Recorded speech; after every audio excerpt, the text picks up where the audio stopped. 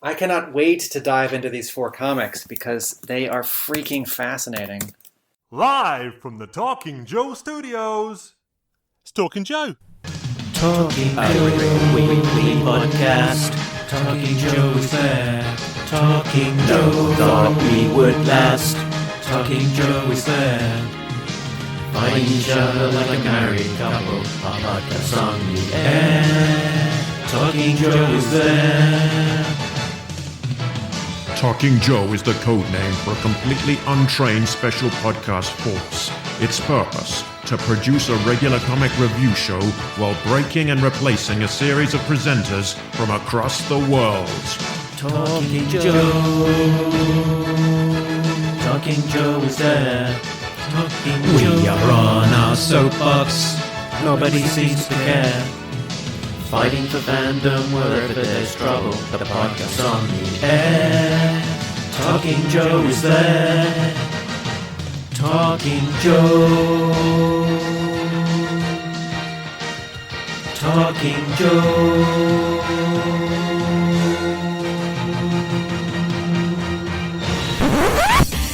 Talking Joe is on the air. Hey, it's me, Mark, and welcome to Talking Joe, the best and longest running dedicated G.I. Joe comics podcast. If you're new to the show, you can find out all of the details over at the website, which is talkingjoe.co.uk. Today we are continuing our look at the G.I. Joe Disavowed era, the Devil's Due run, and we are talking G.I. Joe Frontline, issues 1 to 4, The Mission That Never Was. From Devil's Due back in 2002. It is the arc that marks the comeback from Larry Hama to the G.I. Joe property after about 8 years away. Now, without further ado, let's introduce my co-hosts. On point, it's a real American Tim. It's Tim Finn. Hello, Mark, and hello, listeners. Hello, Tim. You sound like you're in a room that's got good soundproofing. I am visiting my brother. This is so in June, we went to see my wife's family, and now we're seeing my family. I'm in Maryland, both near Baltimore and near DC. I'm in my brother's basement where he watches movies, and it is set up for good sound. Excellent. So on the trip back, then you review your visit and mark it out of 10. It's great so far. It's seeing a bunch of family. We're seeing a special movie tonight. I get it. Say no more. And here comes the tail end, Charlie. It's G.I.J. It's Jay Cordray. Howdy, Joe fans. Hey, Jay. What's happening, Mark? What's happening, Tim? You guys ready to talk some Joe? I'm always ready. Always ready. I have so much to say about this first arc of Frontline. So this is the first time that us three got together since, actually it's not, but... since our highly successful interview with Josh Blayock. Yeah, let's pretend it is. Yeah, it's the first, it's the first time for sure. Yeah, great to get the feedback from Josh. That was really nice. Yeah, said it's his favorite interview ever. So that's lovely to hear. Hey, we should add that in our tagline where you say the best and longest running G.I. Joe podcast. That's also the favorite interview by Josh Blayock. Yeah. Might be a little long. For Disavowed, right? His tagline could be like, my favorite G.I. Joe interview I've done, Josh Blayock. And we could make it seem like he's listened to all of our Disavowed episodes and that he's endorsing the entire run of our Disavowed episodes as opposed to the episode where we spoke with him. And also endorsing our opinions on every issue. Yeah, I don't know about that. I don't know how that's going to go over. Yeah. The problem might be is that Joshua enjoys that episode so much that he goes and seeks out every single review that we've done of the Disavowed era and then starts crying. I'll put in a plug to our listeners. And then that Twitter gets retracted. I retract my previous endorsements. To our listeners, if you only listen to our regular episodes and you don't watch the videos, live stream where we look at art, or listen to the special episodes where we do extra interviews, do not miss the episode where we interview Josh Blayock. I'm not just saying that because I'm 1/3 of the people doing the questioning. it was a really good episode. Super interesting. I'm so glad to have been a part of it. And if you're a G.I. Joe comics reader, this is something that you want to have listened to. I think one of our comments on possibly YouTube summed it up the best. He said something like, he learned all kinds of stuff he never knew he needed to learn about that era. And, you know, and it just really got a lot out of it. I think a lot of people got a lot out of it. I know I did. So like you said, it was really cool to get to hang out and talk to Josh, and, you know, also for him later to say it was a good interview for him too. So we should spend the next 2 hours talking about how great our previous episode was, rather than I'm less interested in talking about Frontline 1, 2, 3, and 4 than about how great a previous episode of our show was. Should we just keep doing that? Yeah. wow. And then, guys, are you've both seen Snake Eyes? You want to give us a little bit of reaction, spoiler-free reaction, and you're heading out again to go see it a second time, so can't have been too bad. Tim, I'll let you go first. Lots of fun. Saw it opening night with the missus, some of my employees, some friends, and am doing my due diligence as a G.I. Joe fan. Tonight I'm taking my wife again, my brother, his girlfriend. My brother likes G.I. Joe and likes movies, but he doesn't go see movies in the theater. He waits for them at home. So this is a special event for me. Cool. And Jay? I went a couple of days. I think I went Tuesday at the like a noon showing or something, and there was me and like a group of 5 people in the theater. So that was really nice. It was quiet. Got to hear everything and see everything. Actually, they did have the lights were still turned on in the theater, almost to the credits. And I was sitting there thinking, okay, they'll dim these eventually. And finally, one of the people from the other group went and told them to turn the lights down, and they did turn the lights down. I told Mark I came in just a few minutes late, but I did catch the very beginning scene, so I didn't really miss anything there. I enjoyed it. I really, really went in thinking that I wasn't going to like it. I was expecting to actually come home and write a scathing review, which I would probably then delete as soon as I posted. But I ended up liking it. It's completely different. That's all I'll say is this is a different character. It's a different story. And you just got to go with that. Henry Golding is so likable, even in parts when he shouldn't be likable. You're just like, I can't not like this movie because this guy is so likable. And Andrew Koji as Storm Shadow, same thing. He was excellent. Very good, very good. I saw Larry Hama posted a brilliant thing today, which is it's not your Snake Eyes, it's my Snake Eyes. Yeah, it was good. Like I said, I went Tuesday. I'm going, like Tim, I'm going again tonight, taking the kids to go see it tonight. So hopefully we can, and including even one little kid. So hopefully, we'll try to spread that love and help the franchise and grow it to new fans. For our listeners wondering why we haven't talked about it more thoroughly on the show, Mark, of course, is in the UK. The movie has not been released there yet. And so we can't have a fair review, the three of us, until all three of us have seen it. Yeah, I mean, I already feel like we've probably spoiled a little too much. I don't want to say too much to ruin anything for Mark. I've probably done my fair share of spoiling by looking at some of like the trailers and little mini featurettes and things. So and just seeing people's comments on Facebook was why I went Tuesday and didn't wait until this weekend, because I was I have to go. There's just because of the show and everything else, I'm on Facebook at least a couple times a day just checking stuff. And how do you not see stuff? So I had to go see it, and I just for my own curiosity, I wanted to go see it. Now that we've talked about the movie without talking about the movie, should we talk about how great our interview with Josh Blayock was? Yeah. Okay. Can we, Mark, do you have an opening thing for Frontline? I so want to talk about this arc. Yeah, let's do it. We're gonna talk about comics from Devil's Due. It's something you wondered if Talking Joe would ever do. I guess we'll explain it all to you. Gonna take some time to read the books we've never read. Oh. Frontline!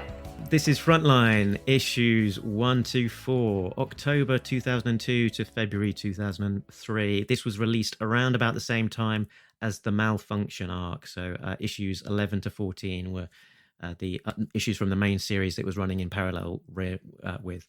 Story, Larry the Man Hama. Pencils, Dan Jurgens, that guy from The Death of Superman. Inks, Bob Layton and Scott Hanna. Colors, Hi-Fi Color Design. Letters, Dreamer Design. Edits, Scott Whirl. And graphic design, Mike Norton. So, should we look at some covers first? Let's have a look at the covers in the gallery.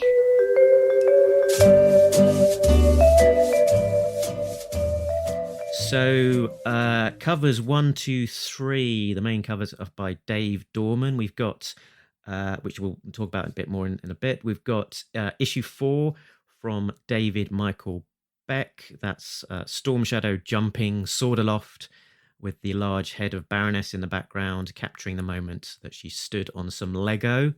And then we've got some variant covers as well. Issue 1, cover B from Kevin Sharp, and issue 1, Dynamic Forces retailer exclusive, also from Kevin Sharp by the looks of things, unless I've written that down wrong. So I'm going to start in an unusual place and then go to a familiar place. The cover for 1B by Kevin Sharp and John Larter is the Joes from this story arc coming at you, the Cobra characters from this story arc, and at sort of a billowy explosion behind them, and yet very smartly the entire background is dark red, and several of the further back characters are knocked back in red. This is a little bit of a movie poster where you've got characters together in full body action and then some heads and shoulders around them. What's really striking to me about this cover is that Kevin Sharp, who is not a comics artist that I have tracked very much, but he's done a little art for G.I. Joe here and there. Kevin Sharp here, to me, looks like he's looking at Brandon Peterson from like 1996. And at that time, Brandon Peterson was definitely looking at Michael Golden from like 1993. Mm-hmm. And so subtly in some of the inking here, particularly on the left side, there's, I think it's Hawk all the way on the left, and then I'm not sure who it is. Juggler, I don't know if it's supposed to be a juggler. Okay, someone behind Snake Eyes' hand.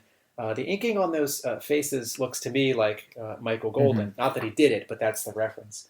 But the really exciting part about the regular covers for 1, 2, and 3 is that Dave Dorman already had an association with G.I. Joe. He had painted covers for the quarterly G.I. Joe magazine that was published by Welsh around 86, 87. And he had done a bunch of paintings internally for Hasbro for presentation, for people in Hasbro pitching figures, people in R&D pitching the figures along with marketing to the higher-ups, to the vice presidents. There are some on my website, A Real American Book. Just do a search term for Dorman. But this is for all of Dave Dorman's comics work, right? He's known for painting a lot of Star Wars covers for Dark Horse. He had a creator-owned special that he painted the cover, and I can't remember if he drew or painted the interiors around 2001. For all of this association with G.I. Joe and comics, he had never painted a G.I. Joe comic image. And so these 3 covers, just for that association, is really exciting. I love his texture on Destro's helmet for issue 2. I love seeing these familiar characters with this familiar but unfamiliar brush under Dorman. At the same time, I think his compositions could be a little stronger. It looks like these wannabe magazine covers with a lot more room for type. There's a lot of negative space around the characters on 1 and 3. And I'd also like the covers to be a little more specific to the issues. But super exciting, good paintings. Great to see these characters by Dorman's hand. Yeah, I remember when they were coming out, I was very excited to see Dave Dorman covers featuring on the covers here. Having seen his work on particularly Star Wars Dark Empire, and that sort of really nice painterly pedigree on a G.I. Joe cover that up to this point hasn't seen an awful lot of covers done in that style, really. Sort of David Michael Beck aside, who's on cover 4. One of, I think, the highlights definitely for me at the time was seeing these covers on the book, and a good way of generating some additional excitement as well about the launch of the new series. Absolutely agree. Always been a fan of Dave Dorman. A big fan, actually. I met him a couple times, got him to sign a bunch of Star Wars and Alien stuff for me. So yeah, it's really nice seeing his work here. Like Tim said, there's some rough spots, but I just love his textures and stuff. Seeing anything from him, especially around this period, just puts me in mind of those Dark Empire covers. What's interesting to me about the Frontline series, just when we're looking at the front covers, is that they went with that logo, with the stars and kind of the embossed look all over the whole thing. That was interesting. Yeah. That's right, the toys. logo from the toy line in 2003.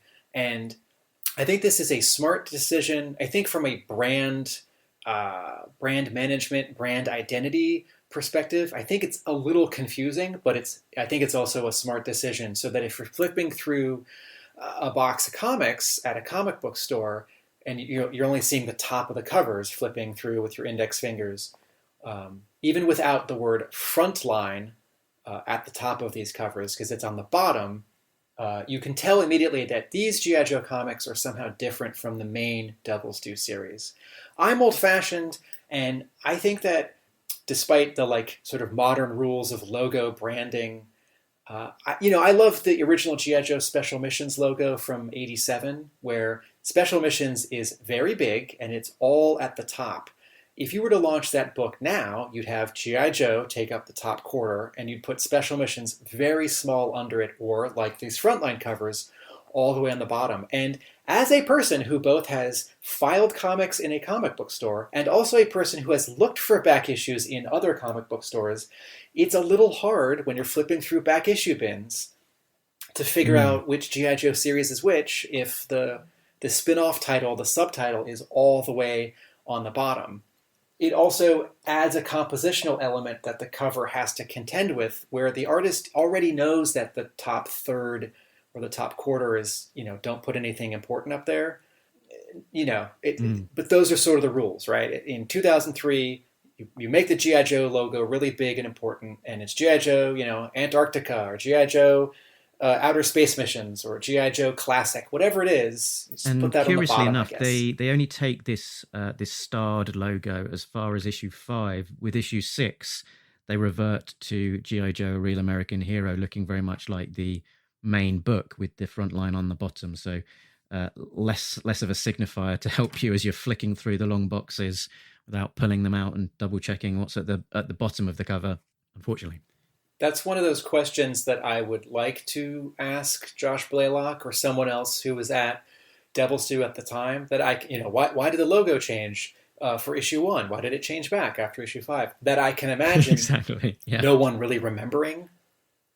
That's a question that I want to ask, so I know I tried, and then I'd have to be satisfied that I probably wouldn't get an answer. And also, I feel like we could guess. Like, someone at Hasbro was probably like, no, use this logo because it's for the toys, and we're trying to sell the toys. And then someone else said, it should look like the comics. It's over-designed. There's surface upon surface, every little, the outline, the red outline. There's a red outline around G.I. Joe. Inside the black outline, and all of those are beveled. The star has, different planes. It's just too busy. We don't need all that stuff for the G.I. Joe logo. G.I. Joe logo is perfect. It's like Coke or Pepsi or I Love New York. It's don't touch it. You don't need to. There is. I agree that it's a more active logo than I need for G.I. Joe. I appreciate that for the roughly 2003 toy line, if they felt the need to change the logo, they didn't go further than this. I do like that this does solve a problem, because if you're going to have the red, white, and blue stripes shooting from the E, you either need them to go all the way off the image, off the cover, off the package at the right side, or you have them end, and when that happens, that always looks bad. And with these stars, it has a reason for the stripes to end, and also by having the stars offset from each other, it creates some dynamism. The white stripe, the white star has gotten a little further, and the stars are smartly italicized, the same as the 5 letters. And you know me, I don't like it when the 5 letters of G.I. Joe are not italicized at the same angle as the subtitle, A Real American Hero. And wouldn't you know, this subtitle here in yellow, A Real American Hero, A, too small, B, to Jay's point, just take it out, not necessary. C, not italicized at the same angle as the 5 letters above it. You just look at this stuff sometimes, and like I said, it's, somebody spent at least an afternoon on that. You just don't need to. You don't need to. How do you guys feel about the cover to issue 4? I love it. Really, really like it. I don't know what it has to do with the story at all, but as far as a piece of artwork, I love it. That's probably my favorite Beck painting. Yeah, it's nice, and yeah, it captures the anguish of standing on a Lego brick, as I say. Yeah, she's got it. She's nailed it. I'm a little sad that Dorman was didn't do all 4 exactly. just for uniformity. But for Plan B, the guy who's now like the sort of the new G.I. Joe painter that everyone knows, who Devil's Due already has a relationship with, that's a good. I think now that I look at this, B. that it does have something to do with the story, because look at all the focused electricity behind her head. I think that's kind of an implication towards their brainwave scannering that's been going on. Could be, couldn't it? Mm-hmm. Yeah, I've always assumed she's laughing like a villain, but in this moment, I'm thinking she's being zapped by the brainwave scanner and she's feeling anguish. Something. Or something. Yeah. Let's jump to the insides. Oh, you know what? Wait, sorry. Can we just for a moment talk about the back covers? What's on the back covers? Aren't they just kind of... Are they close-ups of the interiors? Yeah. So all 4 back covers are blow-ups of portions of panels drawn by Jurgens and then Leighton or Hannah, and cropped in dramatic ways. And I think it's a Photoshop filter, but it's supposed to look as if it is a close-up scan of a printed page, such that you see the Ben Day dots, the color dots of printing screens. And then on the bottom, there's the indicia for Hasbro. And this is a different treatment. In the main series, we're getting new art that costs money from David Michael Beck. We're not getting an ad for Image books that are, you could get otherwise. We're not getting ads for other Devil's Due stuff. This is just a small artistic statement. It's just a little bit of graphic design. It's really nice flourish. It's only the bad guys. It's Storm Shadow, Destro, Cobra Commander, and Baroness, and I really like it. And I wish that the current IDW issues would do something like this, because the current IDW issues have really boring back covers. It's just black with the G.I. Joe logo on it. Like, give me some art. Just redo a panel from inside, do 2 panels from inside in black and white, do the cover smaller without the color, do something like this, blow up a panel. So, all right, Jay, plot breakdown. The year is 1995. The Jugglers have disbanded the G.I. Joe team and mothballed the pit, but not before handing General Abernathy, codenamed Hawk, one last mission. The Joe team has been tasked with transporting a targeting module for Joel Colton's particle beam from Utah to New York City. In Washington, D.C., a Cobra agent plants a bug in one of the Jugglers' hats, allowing Cobra Commander to find out the true use of the targeting module.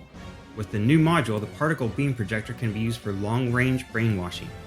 Cobra launches an attack on the train now carrying the Joes and the targeting module, but the Joes are able to defeat them. Zartan and the Dreadnoks destroy the tracks in front of the train, causing it to derail.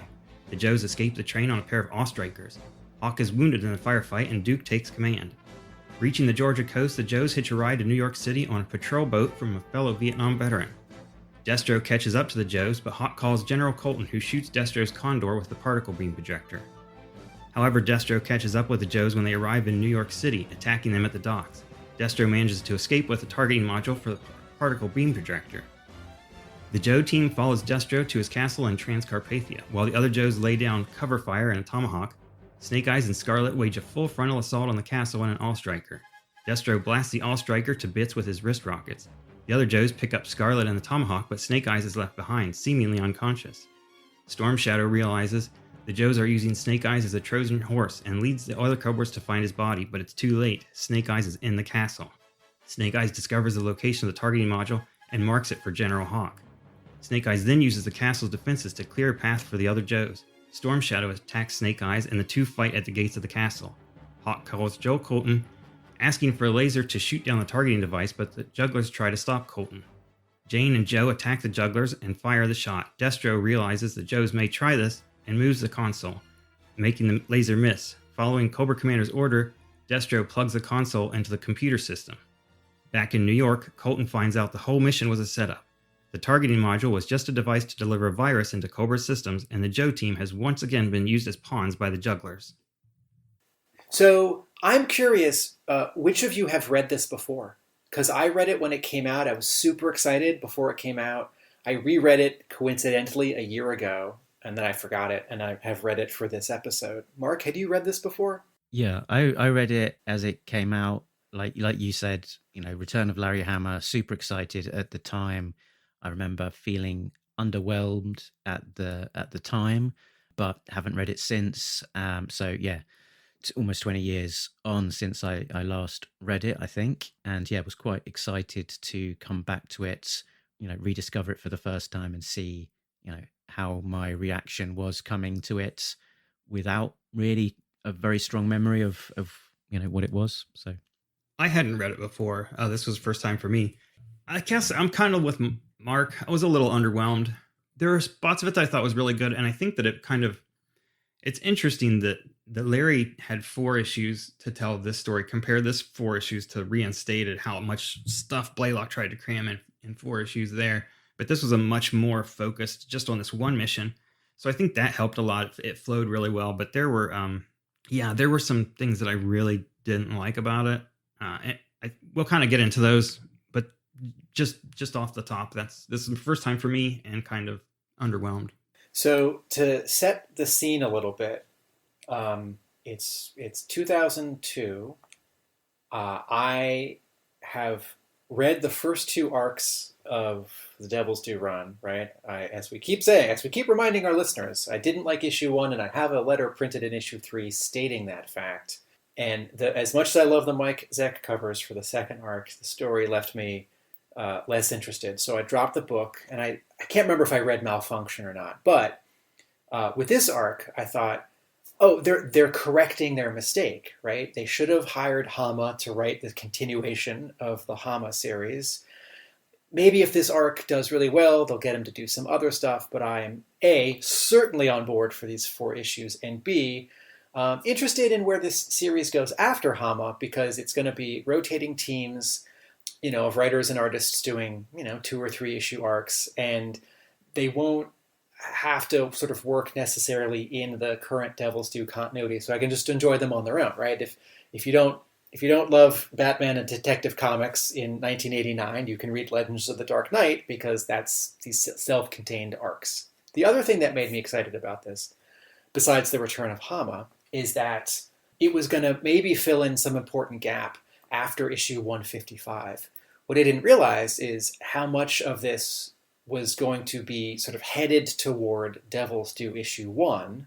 And the other thing that was super exciting about this, which I still feel in rereading this, even if it's not my favorite G.I. Joe arc, Dan Jurgens drawing G.I. Joe is such a good fit for me. So Dan Jurgens had drawn for DC since the, I believe, early 80s. If not early 80s, certainly mid 80s, right? He drew Blue Beetle. He comes on to Superman after the John Byrne era is over, although that continuity was continuing, right? Jurgens writes and pencils Superman from, I don't know, roughly issue like 30 or 40 to like, I forget, 200 or something, 150, right? And Jurgens, though he was a DC guy, he draws in what I would consider a very pleasant, recognizable, this is not an insult, this is a compliment, like middle of the road, Marvel House style, circa 1985, American adventure style. It looks like Bob McLeod. I don't mean Bob McLeod inking G.I. Joe. I mean Bob McLeod like penciling New Mutants. Bob McLeod's 3 issues of Spider-Man. It looks like Bob Layton. It looks like Ron Wilson. It looks like Ron Wagner. It looks like Mark Bright. Dan Jurgens, though he's known for superhero stuff because of Superman, and then also like Blue Beetle or Booster Gold, right? If I said Blue Beetle before, I meant Booster Gold. And even though Jurgens is known for superhero and not, sort of realistic action, his shapes, his proportions, his acting, his storytelling, it just feels like it's like he should have always been drawing G.I. Joe, right? Like I can imagine a world where you show a bunch of Dan Jurgens comics to someone who likes Ron Wagner and they don't really know artists and they're like, oh, that's Ron Wagner. So I was really excited that Bob Layton is inking it, right? So here's a guy, Layton, who is very much a Marvel 80s like house style guy, right? For writing, co-writing, and also inking a lot of Iron Man, and in some cases penciling and inking a lot of Iron Man around the Mark Bright run, right? So a sideways G.I. Joe connection. Having him ink is really exciting. When he leaves after 2 issues, Scott Hanna, I think, learned to ink from John Romita. I remember reading that in a Marvel magazine once, but he'd been around doing a lot of Marvel work. And then Hi-Fi Design is doing the colors, and by this point, I don't like their colors on the main book, but they do something really fascinating here. They color all of the characters and the vehicles with just sort of 2 colors or 3 colors, like a base color, a shadow, and a highlight. And then it's the backgrounds and the effects, like smoke and explosions, that have a lot of highlights and rendering. So this should have really, really worked for me. And my top down, both from 2002 and also now, is that it doesn't quite work. Thanks, Tim. That's I think spot on summary of kind of what I think was playing through my mind as well, sort of my sort of reaction to this the Dan Jurgens art and that sort of muscular arts style to it, very superhero-y and not too far off, quite modern Ron Wagner, particularly as we've seen him more recently in the IDW ARA books. And yeah, very much looking forward to it. So much of it felt like it should work, but not quite hitting the high notes that we all hoped for. There's a lot there that seems sort of very designed to trigger a certain kind of nostalgia there, or kind of almost serve as a greatest hits, in terms of the characters that we're seeing getting in, Destro, Baroness, Storm Shadow. We've got Snake Eyes and Storm Shadow facing off. We've got some callbacks to some favorite vehicles here and there. But it not, despite all of that, it not necessarily all coming together. And I think I've got a good idea as to why that is. I think Larry Hama has told us why that is. But Mark, if you've got it, this is the like elephant in the room of G.I. Joe Frontline 1 through 4. Yeah, so I've got the quote from Larry, which I've extracted from an interview he gave on a site called Zaki's Corner. And I think the high level is that he didn't necessarily enjoy the experience of writing this and the sort of editorial control that was exercised here. So he says, most comic book companies, they want to tell you what the next whole arc is. Oh, what's the next 4 issues? Which is what they did to me at Devil's Due. They said, we want you to submit this for the summer, another 4 issues. And I said, I can't do that. And they said, well, then you can't do it because that's how we got to work. And I said, but that violates completely my methodology for doing the stories. Those were like probably the worst 4 issues I ever wrote because I had to write this outline and was stuck forcing these characters into that plot. And at times they didn't want to do it. The characters just didn't want to do it.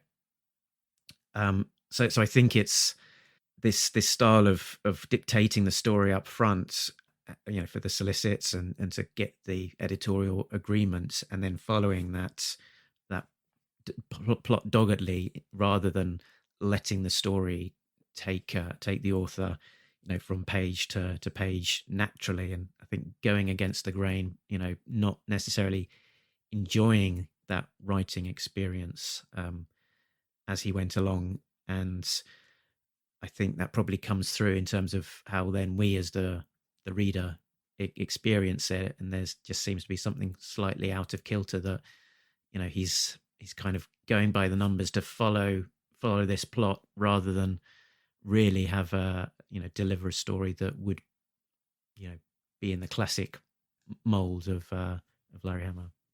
I would have enjoyed the story a lot more if not for like one particular thing.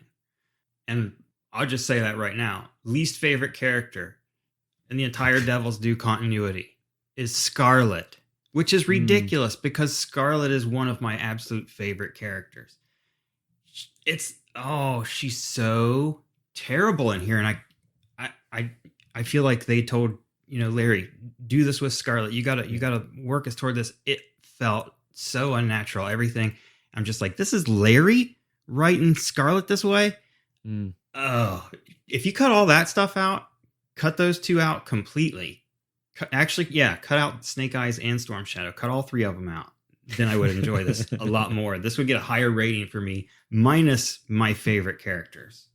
Yeah, my next bullet on my notes was actually exactly the same thing, that Scarlet's writing just doesn't come across as it being a normal way of Larry writing Scarlet. It's the kind of the henpecking Scarlet that we saw terrible in the Josh Blayock Devil's Due.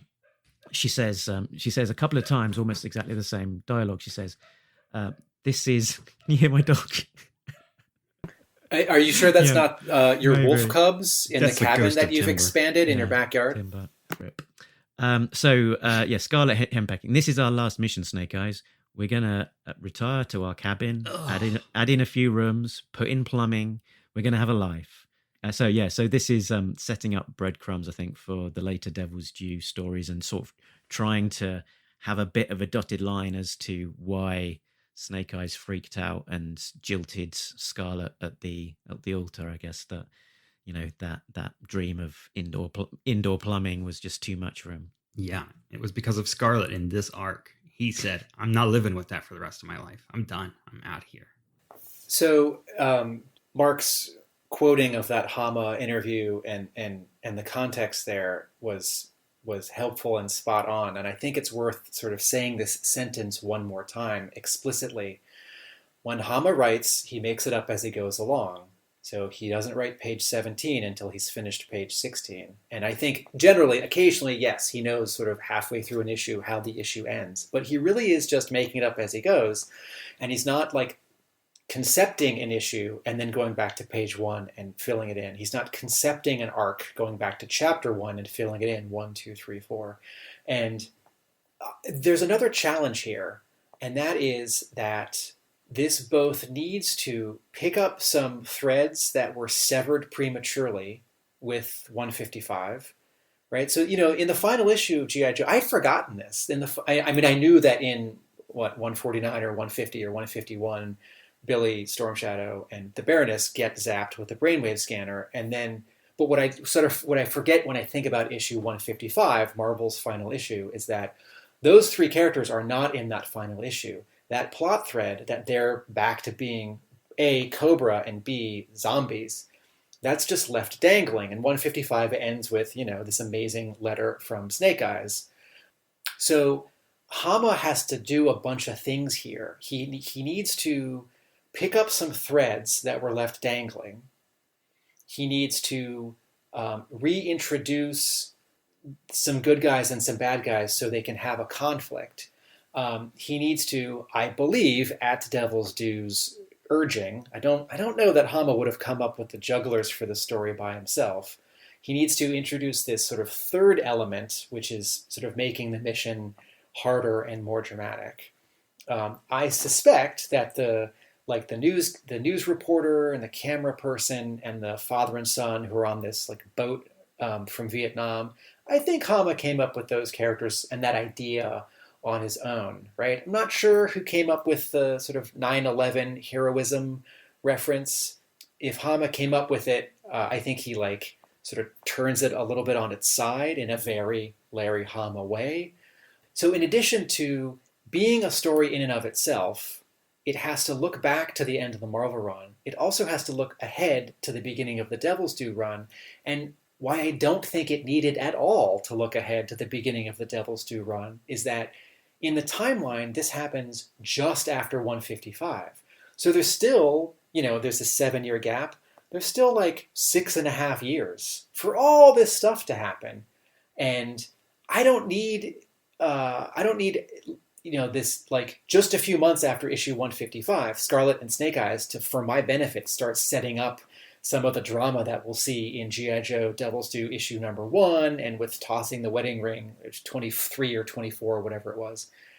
Like, let's just pretend that the Marvel run had gone on another like 20 issues or 40 issues before it ended. That's still plenty of time in a 5-year gap before all these changes would need to sort of start creeping in for the beginning of the Devil's Due run. And so I've always felt that this is Hama writing handcuffed. And it was such a strange experience to read the first issue and the second issue when they came out. Is it issue 1, which has... because like the story works for like 2 pages and then something subtle happens and somewhere in the side of my brain, I just feel like my brain turning sideways. It's like, oh, okay. I don't know if that would, okay. And then I'm like back to enjoying it because it's not like, suddenly for halfway through the book, it becomes black and white or it's a different artist or like the lettering is all like backwards and upside down. It's still the same writer, the same art all the way through, but it's in the storytelling, it's in the acting, it's in the dialogue where something is buzzing in the back of my head that it's familiar, but it's not working. And there are some places where I feel like Dan Jurgens is doing very good work. And then there are a couple panels where I don't know if he's sort of unfamiliar with, these like very specific vehicles, or if he's at this point really used to drawing his own scripts, or if he's unfamiliar with cramming so much into one page, specific costumes and specific vehicles. But it's in issue 1. About halfway through, the 2 Ostrikers like pop off the train. And on the one hand, I think, oh, cool, 2 Ostrikers. And on the other hand, I feel like, oh, they look kind of stiff, like they're just cut out photos, like floating there. And this is right after a scene where the train is headed to like an interchange or a crossroads. And I'll say this. Jurgens has some really great poses. Like there's 2 great poses of Storm Shadow, like grabbing or slashing his sword. There's some good acting on like Mindbender and Destro and the Joes. Jurgens like tilts his characters. He like bends spines and draws ribcage torsos like toward us and away from us. At the same time, there are some panels which feel like he ran out of time or phoned it in. And again, it's like mixed in with this Hama not writing at his best. It's all disorienting. So yeah, where to go from there? So one of the things you touched on, maybe we'll cover now, was that issue 2 ends with this very kind of on the nose tribute to the New York Fire Department, and my suspicion would be that this is coming from Hama, and as a New Yorker, I know that it was something that was, I guess, around the world it meant an awful lot to everybody, but specifically to him as a New Yorker, a very important and significant event that profoundly touched him. He was basically across the street and saw it happen. Yeah. So and I don't know, Tim, you'd probably be able to correct me here, what else was being published by Larry at in 2001, 2002. But certainly one of the earliest opportunities for him to put something in print, and certainly the very first one for him to put something in print in the world of G.I. Joe that kind of acknowledges those events and the heroism of the fire department. So yeah, I think he found a way to include it. So it's this 2-page scene, 2.5-page scene where Joe and Jane show up, and Joe says, "Why don't you go interview some real heroes like those guys over there?" And there's this big 1/3 of a page vignette panel, a panel with no border and no background. So these 5 firefighters are just standing full body in front of a white background, and they're not saying anything and they're not doing anything. So it feels a little bit like a pinup, a little bit like a cover. And so then the newscasters are interviewing them. And as Mark says, it's on the nose. And where Hama turns it around for me is that then there's this sort of realistic, pessimistic comment in the final 2 panels that it's actually not going to make the news because, it's just firefighters. It's not, it's not more dramatic or sexy or bloody, news. But then the issue ends abruptly, right? I feel like when I read most Hama G.I. Joe stories, whether it's the end of a story or certainly a self-contained story or sort of the middle of a bunch of stories, I feel like I sort of know when I'm on the final page. And for issues 1, 2, and 3 here, when I got to the final page and then I saw an ad on the right side, and then I turned the page thinking there'd be a little bit more story, and there's just more ads, and I thought, oh, that was the end of the chapter. So these 3 first chapters also end abruptly, which is fine. If you're going to read the graphic novel and they'll put the 4 covers in the back, you read it through as one story, that's fine. But again, it's one more thing that makes this feel off. And maybe a slight consequence of that writing style that he's having to follow, that he knows that, okay, issue 2 is going to be the Transcarpathia adventure. Issue number 1 is going to end with effectively Destro getting away with the MacGuffin, and then sort of just trying to kind of balance that in that kind of artificial way, and it not quite necessarily flowing in the way that you would then expect from the normal feel, which is this nebulous thing that you can't quite put your finger on of how a G.I. Joe comic would expect to flow and end as at the end of an issue. Jay, tell us something that worked for you here, since we're dancing on this theme of what's sort of not working. Honestly, I was looking through the book trying to find just that, something that that I wasn't just going to jump in here and be negative about. There's it's familiar. It's nice to see. I think Larry's still got a feel for some of the characters where like I said, just do without Snake Eyes and Scarlet. I'm not even going to talk about them anymore. They're dead to me as far as this goes. But I'm looking at issue 2 right now. The Joes come in contact with the other vet, which is a little heavy-fisted, some of the dialogue, but that's kind of that's Larry. It's funny, you get into the next part with Destro and Zartan, and Destro's just kind of talking down to Zartan and the Dreadnoks again, and Zartan's pissed about that, and that's familiar and is good. There's little bits of dialogue that just kind of stick out. Cobra Commander, we cut to Cobra Commander. He's in a shooting gallery again, but he's sitting in a chair. I'm like, man, come on, get up. Don't be lazy. Just at least stand up and shoot those bats. Do something. But I did like that, Destro at one point was, oh yeah, here it is. Cobra Commander says, I'm not interested in hearing any reports until you have the one that says, you have it. It's just like, I don't even care. Just do what you're supposed to do. Leave your whining and excuses to somebody else. Flip through here. More Scarlet stuff. The Wolves hate all that. We got this one sleepy general. I don't know. I feel like this guy's been drugged. He looks like, I don't know what that girl gave him, but he's going to fall asleep there in that Pentagon meeting. Storm Shadow and the Baroness and Billy come in, and we get some classic Larry dialogue. Baroness says, the androids are wearing the faces of prominent G.I. Joe team members, and Storm Shadow says, how mordantly amusing yet intrinsically unsatisfying. Nobody is going to write that except for Larry.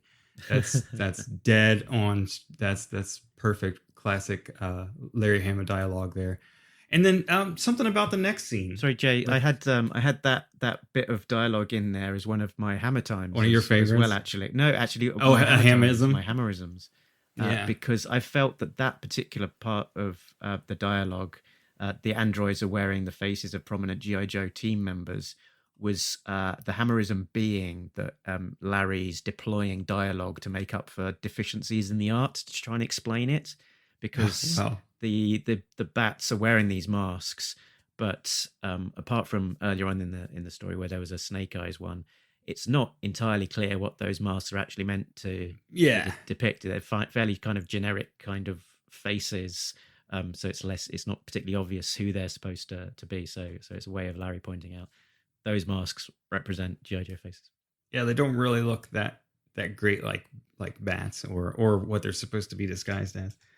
Then the scene with Destro and the other old fisherman I thought was good. I mean, there's a lot of really great Hama dialogue. It felt familiar in a lot of ways, and it made me once again say, man, I wish I was reviewing the A-Raw stuff with Tim and Mark, because especially now Hama seems to be on a roll in that book. But a lot of the stuff in here, like I said, we're not going to get to. And I think, Jade, sort of the point about the dialogue, is true in the A-Raw, is, even in the issues that we enjoyed the least from Larry, there was always the odd moment here or there, particularly from the voice of Cobra Commander, where there's a completely zinging line where he's some withering letdown or use of just something crazy. Yeah, exactly. I mean, people have talked in the past about just the crazy words that Cobra Commander uses. You figure Cobra Commander's probably got to be insane, and he's got like a book of the day, a book of 5-syllable words a day that he keeps in his bathroom or something. He just goes in there every morning and he thinks, I'm going to work this into a conversation today. Even though it's just crazy stuff somehow. Yeah. But yeah, there's a lot I like in here. Like I said, a lot of the dialogue is just, it's nice to see Hama go back to these characters. He does know a lot of them. And Jurgens art, I'm not a huge Jurgens fan, but a lot of it's really good. The only kind of the big issue that I had was kind of in an overall thing, I guess, is we don't often see Duke and Hawk in the field together. So having them both there from a mission standpoint made it awkward, but then also kind of from the art, not to mention the fact that Dan Jurgens draws Hawk like Steve Rogers when he should be much older. It just, the whole Hawk Duke thing didn't necessarily work, and the look of Hawk kind of had a issue with. I go back to the forehead thing, right? Like Duke traditionally, I mean, Duke now is always young and has like short hair, but he's young. Traditionally Duke in the toy and in the comics, he has a little bit of a receding hairline. Because, I don't know, he's 30, but Hawk is definitely 45 or 50. And, like artists should draw some lines under Hawk's eyes, and he shouldn't have, the hair of a 20-year-old, a model California surfer. If you look at page 20 or not page 20, page 10 in number 2, where Duke and Hawk are on the boat. Number 1, right off the bat, of course, it's overcolored, but Hawk looks younger than Duke in like every panel, and especially the last panel. He's got this kind of, I'm going out on my surfboard kind of look, and I'm like, Hawk is 50. This is also a place where we might put some of this at the feet of the inker. If an inker is, I'm not trying to cast aspersions on Bob Layton. You're right, though. I'm just speaking generally. Inkers can make some corrections to the artwork as they go, but also you have to give them the time and you have to give them the script. So if someone hands an inker a bunch of pencil pages and says, ink these, particularly if it's like, ink these quickly, we're behind schedule, they're going to do a good job. If someone gives an inker the script and sort of makes some reminders like, oh, this plane is actually quite shiny, whereas this other plane is dull, or, oh, this guy's 30, this guy's 50.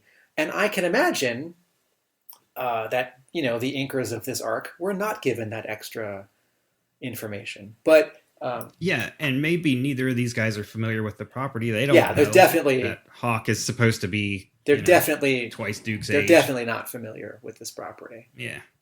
But that's a minor nitpick. Like we said, I don't want to get into that. I liked how Hama took, and I kind of touched on this in the beginning, how he did use 4 issues to tell a story and give it space to breathe.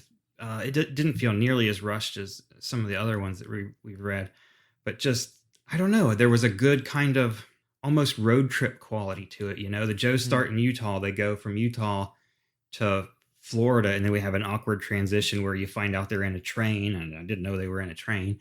So then they're in Georgia, and then they're going up the coast, and so there's this kind of feeling that the whole story is moving, and Destro's following them. You got the Zartan, the Dreadnoks in there. Yeah, I liked it. I didn't like it as much as I could have or wanted to. Sounds like you like the plot, not the script. Well, I don't know, but I did like some of the script. I mean, I liked most of the script. Mark, were you about to jump in with something? I was just going to say, when we were talking about Hawk and Duke, that the particularly in that very, very first scene where we've got Duke and Hawk and also Snake Eyes, and they're all in mufti, so they're in their own clothes and not in the uniforms, and 2 of them are wearing black t-shirts. It just seems to be unnecessarily confusing in terms of following the characters, particularly to maybe people who aren't sort of completely all over the property in the ways that the super fans are. But they could quite easily have been in their own clothes, and Snake Eyes could have been differentiated from Hawk with a different colored t-shirt, for example. But yeah. So I think that Dan Jurgens, I think he is an artist who has great instincts, and if he's not doing his best, like, conscientious job, he'll still do a good job. And with the challenges of a G.I. Joe story, right? Lots of costumes, keeping track of people, weapons, right? There are also like animals to draw in this, and vehicles. And maybe he was rushed. I'm not sure, but I feel like half the panels, half the pages sort of really work. There's some like exciting things, and then there's some panels where I find the pose is a little stiff, or like this thing that Mark just called out with Snake Eyes' shirt in black, and also Hawk's shirt in black in the opening scene, where sometimes Jurgens cuts a small corner, right? Like, there's a thing you can do in comic art where if someone is wearing something black, you just like X it out and fill it in completely in black. You don't draw as if there's still going to be some clothing folds or some muscles. And that's a really small thing. And it's like a good time-saving thing. And yet at the same time, we've got these 3 guys, they're all blonde. And I can also imagine, looking at page 3, I can imagine that Hama's plot for that first panel definitely calls out that Snake Eyes is somehow sort of separated from the other 3, or looking away, or like in shadow, or mysterious, right? Like that's that little shadow on Snake Eyes' face there. That's not an accident. And so, we see this with the modern issues. When you bring someone onto a brand like this, that A, has hundreds of issues of history, and B, has so much specific reference, I think you need like an editor sort of just to provide extra reference and offer some small suggestions and corrections. It's like, oh, well, that guy needs to be in a different shirt because they're all going to be blonde. Or, this guy actually is 50, not 30. I do want to point out, Jay referred to the train thing, and I'm glad he said it that way. I can't tell if it's a storytelling reveal that the Joes in issue, is it 1? The Joes in issue 1 yep. are in a train. I think it's Hama doing a reveal where the Joes are somewhere. They're in some kind of like truck or warehouse or shipping container. And then you turn the page and it turns out that they're on a train. And that's supposed to be like really exciting because it's this like, oh, we're under attack. There's a plane thing above us and we're moving. Yeah, and Tim, it It is a reveal because I have the script because I've got the trade paperback of this, and they include the script to issue 1 in the back, and it says, "Pull back to see that Stalker and Gung Ho are standing inside what seems to be a metal cylinder of some sort. Could it be a submarine? The curving walls are absolutely featureless except for riveted seams." So yeah, it is Great. intended to be somewhat mysterious, and then so it is a reveal as they come outside. So I chalk this up. I think there's subtle thing. Even if Hama's like getting a scene to work the way that he would have if he'd been able to write the way that he wanted, I think there's still some subtle things that are like compressing or folding these scenes and how they breathe, what someone says, how they move. So I think some of this is Hama, and I can't quite tell. I think some of this is Jurgens, where maybe that page turn reveal with the plane firing down on the train, maybe we need to be further away, and the plane needs to be sort of more dynamic. Like it's hovering, but it feels like perfectly still. And then like the opposing page with these 3 Cobra soldiers rappelling down on ropes.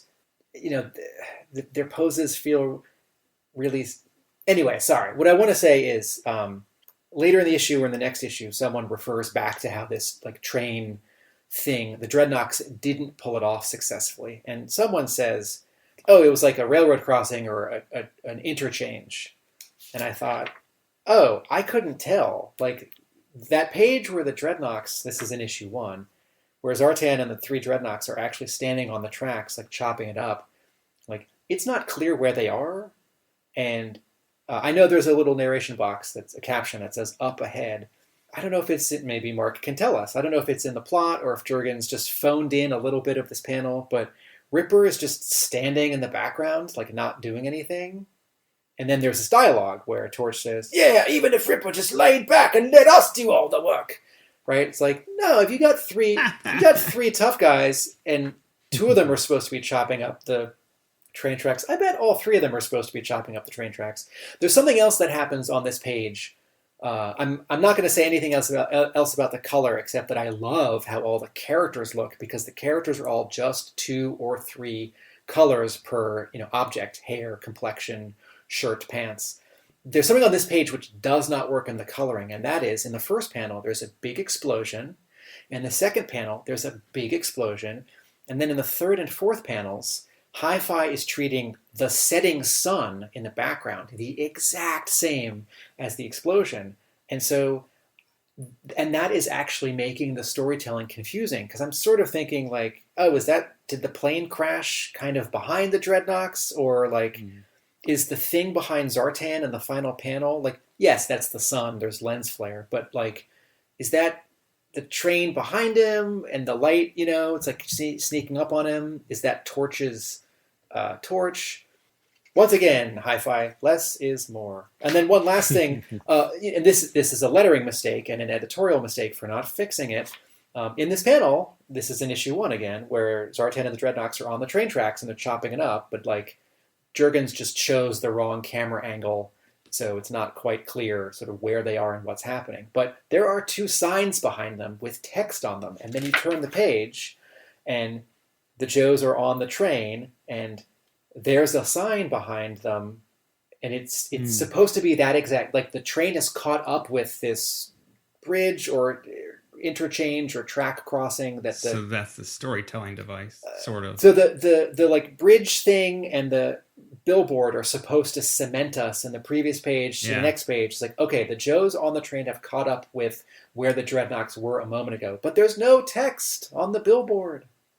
So it just looks like either a different billboard. So I'm like, oh, is the train much further away, or did it pass where the Dreadnoks were chopping up the train? And it's not really clear from Jurgens' art the Dreadnoks are chopping up the train. And then in this next page, where the 2 Off-Strikers jump off the train, the top 2 panels where the train is going to derail, like Jurgens is almost avoiding showing this clearly, that like there's track and then there's damaged track, or there's track and then there's no track, and there's a train and it's on the track and it's heading towards the danger zone, and then it actually starts to like crash or fall or just derail. And then this panel with these 2 Off-Strikers popping off with the 6 Joes.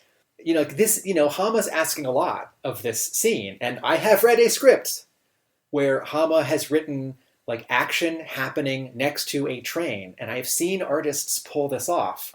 And yet Jurgens chooses to make the All-Strikers so big here that we sort of don't see any of the train, and we don't see any of the like train crashing. And then Hi-Fi decides that it's smoke behind the All-Strikers, that the train is like disappearing into smoke or crashing into smoke. And I think that's accurate, but maybe this was the case where it was supposed to be an explosion and not like, flat beige. And then the fact that the Dreadnoks disappear from the story. And this is where it feels like, and I'm shifting gears very slightly here. This is where it feels like, I kind of feel like Devil's Due said to Hama, hey, make sure you include these 30 characters. Yeah. And this story didn't need that. Yeah. This is the bit with the Dreadnoks. Yeah. There's a comparison that I want to make here in the storytelling, a thing that doesn't work and a thing that does. In issue 2, we see this, so the boat is heading up the East Coast, and we cut back to the jugglers, and then Cobra Commander tells Destro to go to Broca Beach, which is like fun and exciting, because if you've read G.I. Joe, you know what that means. And then there's this time jump, right? This is, I'm holding the comic, and I'm at the centerfold, so because I see the staples, so I know I'm halfway. I don't know what page number it is, but I know I'm halfway through. And the caption box says 2 days later, and there's a news reporter reporting about some fight, and behind her, I know it's a crashed Cobra Mamba, and she is relating what just happened. And then you turn the page, and then there's a flashback which shows the missing time that we jumped ahead in those 2 days. And Hama's really savvy with his sort of keeping track of time in his stories. And I don't know if this is like, again, he's like, oh, I'm running out of pages. I have to hit like the 22 page mark, and I'm on page 17 or whatever. I don't know if he's like feeling experimental, because this is the guy who did the silent issue and SFX and Triptych and Diptych, and has done, several more silent issues. But this, every time I've read the story, right, 2002, a year ago, and yesterday, this like 2 page like unnecessary time jump backtrack like jumps out to me. And then as a comparison, right, last night I'd read issues 1 and 2, and I'm taking notes, and I'm like, it sort of works, it sort of doesn't. And then I got to issue 3, and I took a deep breath, and I thought, oh, here's another issue of this that's going to sort of work and sort of not. And issue 3 actually completely works for me. And halfway through I thought, wait, was I like not paying attention in 2001 and last year when I read and reread this arcs? Issue 3 works completely, right? Like there's even with lots of characters, like Billy and Baroness and Storm Shadow, it feels a little redundant because they're not all 3 of them doing like distinctly different things in the story arc, but they work as a trio because they're all zapped by the brainwave scanner, and like fans will want Hama to check us in on them. But this whole issue is at Destro's Silent Castle, and there's this really satisfying like double back over and over of like, who's up there? We're down here. We're on the road that approaches the Silent Castle. Where's Wild Bill? He's in trouble. He's back, and he's done a clever Hama sleight of hand. It's like, Wild Bill, how did you fix the tomahawk? It's like, with a Deus Ex Machina. That's not unbelievable.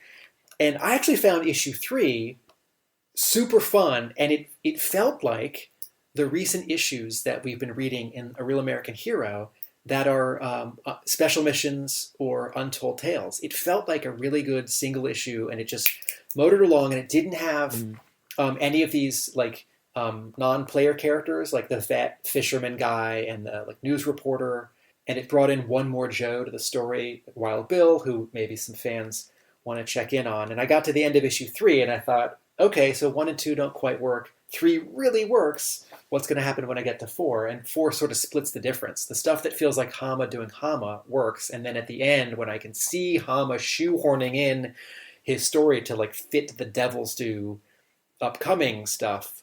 So I want to say, Issue 2 is weird, and issue 2 has that weird continuity glitch with the metal insignia on the juggler's hat that like just is drawn wrong in one panel. So like issue 2 doesn't work for me. Issue 3 totally works for me. I'm with you there. Issue 3 is great. It really was just from beginning to end, just a ride. And like you said, kind of what I echoed, what I said earlier about going from Utah, down to Florida, up through Georgia to you just feel the progression of how the story flows. And this one is just like that. And you're back and forth with all these different characters. It's really great. There was, as we're flipping through it right now, there's one panel, and this is probably going to sound silly, but to me, I'm looking at this, and there's a specific panel that just, like I said, I'm not a fan of. I mean, Jurgens is a good artist. I wouldn't say that I dislike his artwork. Really, the only thing that I've ever read that he's done was some Superman stuff, and I think he did a Superman Aliens maybe that was inked by Kevin Nolan, which I love because I love Kevin Nolan. Yes. But page 15 starts off with Snake Eyes using the castle defenses against itself. The third panel is a worm's eye view. You've got Dr. Mindbender and you got all these Vipers running for you. There's 4 Vipers in that panel. That's awesome. That's an awesome bit of storytelling and camera placement right there. It's fantastic. Here. I think this is one of those cases where Jurgens, either for his familiarity and comfort level or like the deadline, I think some of the pages and panels in this arc look great and some of them are not successful or not clear. But yeah, you're right. This is a great page, and this very much reminds me of how Hama approached issue 21 of the original series in keeping track of where we are in and on the Silent Castle. The last panel of page 14, right? Snake Eyes is in the distance and he's on the other turret and he's now aiming at us, at these 2 Vipers. And then you get this closure, right? First panel, page 15 that you referred to, Snake Eyes is now blasting the other 2 Vipers on that far and that's awesome. Turret. It's just And then similarly on the bottom panel of page 15, Snake Eyes is now turned and aimed his turret upward, and he's now going to take out another higher turret. Yeah, right? yeah. He's elevating to take us out. Traverse and engage. And you can see the second turret in the first panel. Mark, we should hand the mic back to you because Jay and I have been going back and forth. Oh, let me jump in real quick before we get back to Mark. There was another little bit of really nice a visual cue that made me think of you, Tim, when I read it. Was in I'm not sure whether it was page 10 of issue 1. The first panel has the Cobra spy calling back in, and then the second panel is kind of a tall vertical panel with Dr. Mindbender, and he's just got the phone in his hand, but it's away from his face. And it's like, okay, that's a little cue to let us know that was her just talking. And, and it was just subtle, but it worked. And it made me think of things that we've talked about throughout, how little, just like that with the 2 turrets, having the second turret in the first panel. And then boom, at the last panel, he turns around and moves it. It's a nice little bit of business continuity throughout the storytelling. Did you call that page 10? That's page 9. Yeah. Okay. Mark, jump back in. Yeah, I've got some I Spies to dig into if you're ready for that. Yeah, sure. I spy with my little eye.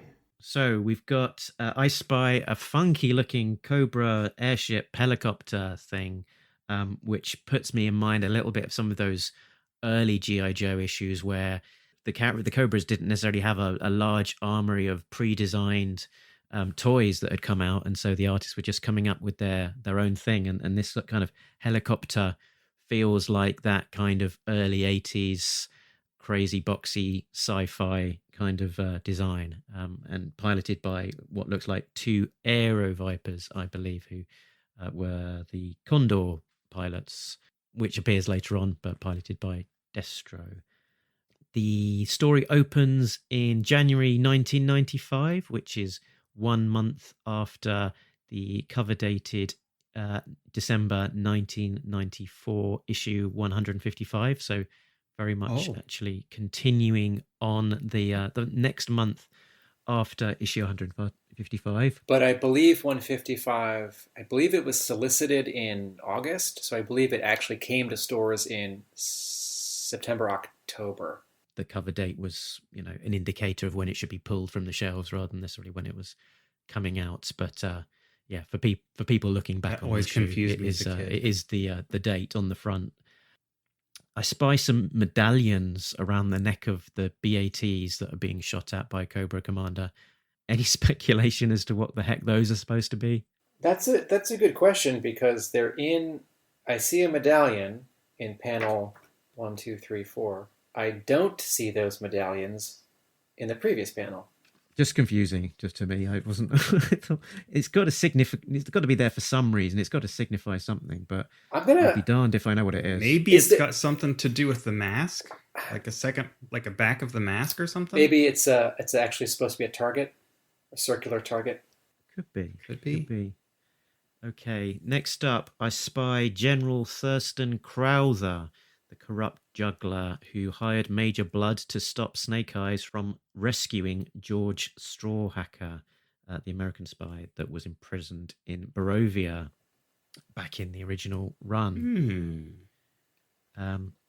I spy Cobra Troopers who say, I am more than ready to KJB with an asterisk. Kick Joe butt. I just love the fact that they've introduced this kind of acronym and then explain it like it's just the jargon that that the Cobras use. I spy the Twin Towers. Well, absolutely, because the story takes place before. I mean, whether or not the story is going to slow down for a moment to nod to the heroes of 9/11. The story takes place before 9/11, and so there's a scene in Manhattan, and we can see the Twin Towers. So back to you, Mark. Yeah, and specifically, referenced in terms of, going all the way to the top, carrying the equipment, by the fire department. Next up for me is Cobra Troopers being deployed from a helicopter to a train. Which put me in mind of a possibly unfavourable comparison to Yearbook 2, given the quality of Golden's storytelling in that sequence as the Cobra Troopers dismount onto the top of a moving train from what do we call that helicopter now? Aspid. As a corollary to that, I spy that a story has both Cobra soldiers and also Cobra Vipers. Oh yes. As if I always as kids, my brother and I sort of thought, well, the Cobra soldiers are still around and they're more the first wave, and the Vipers are a step up, or they're going to keep all the soldiers around until they've made enough Viper uniforms, and then they retire all the Cobra soldier blue uniforms. Yeah, tailoring logistics, or until the guys in the old costumes all get KO'd. We've got Snake Eyes being called out as the master of the way of the inner anvil, that he can stop his heartbeat and assume the perfect semblance of death.